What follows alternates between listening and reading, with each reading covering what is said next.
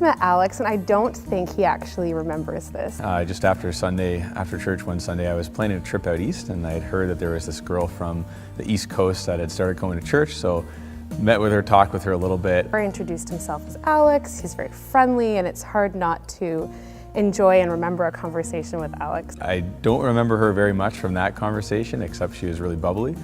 It was about March of 2009 when Alex's friend Rustin and I, who were involved in running the Triniteens here at the church, we were youth leaders. Rustin brought along his friend Alex to help out. And me and my really good buddy Rustin went to meet with this girl Jess for coffee to plan a couple months of the youth group program. And that continued, and so we saw each other every week after that. We were planning events, and it was a lot of fun. I really loved getting to know Alex during that period.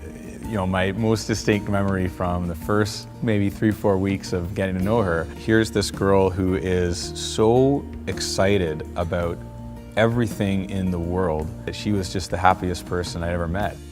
When did I start to think about her romantically? That's a good question. And I never really thought of Alex in a romantic way for quite a while. Yeah, it was really a mixture, I think, of having some deep conversations with her that I didn't have in the first couple months where we knew each other, and having a lot of fun and sort of realizing that this person is making you smile, making you laugh a lot. All of a sudden, there was this switch in my brain, and I thought, Alex, I can't believe I've never thought of Alex before. Most memorable date early on, oh, there's a few of them. This was about our 5th or 6th date, and in that, I kind of feel like about that time, Alex had planned our dates. They were super fun, and I felt like, okay, I need to step up and do something, take some initiative. We had a date where she planned it, she took me out, and she's a bit of an edgier person than I am. I also want to test out his sense of ridiculousness. So I told him, I said, Alex, I need you to meet me on the street corner in Roncesvalles with black clothes and a rain jacket and something to protect me with. So he said, okay. So she took us out to do dumpster diving and forage for our dinner behind bakeries and grocery shops. And it was at that point that Alex looked at me and he said, would you be my girlfriend? Well, I think that I felt pretty early on in our relationship that I really loved this girl and that I wanted to spend the rest of my life with her. I won't forget, Alex mentioned to me, it was up in Hamer Bay at the cottage. He looked at me and said, I really hope this works out because I think I'd really like to spend my life with you.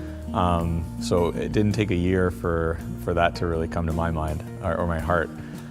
So once I decided to propose to Jess, it wasn't an overnight thing. Once you decide to do it, then you've got to put the work and the time into how to do it and to come up with the idea. And so, I knew that Jess's favorite thing in the world in terms of what she thinks is romantic is covered bridges. New Brunswick has the most amount of covered bridges in the entire world, and I think that they are desperately romantic.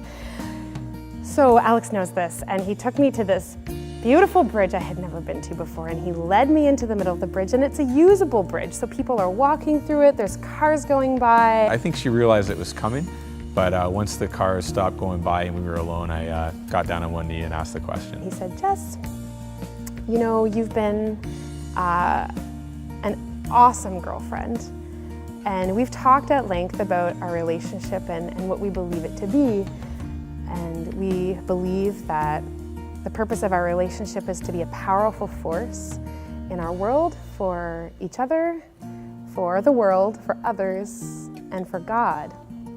And I'd really like to do that with you as my wife.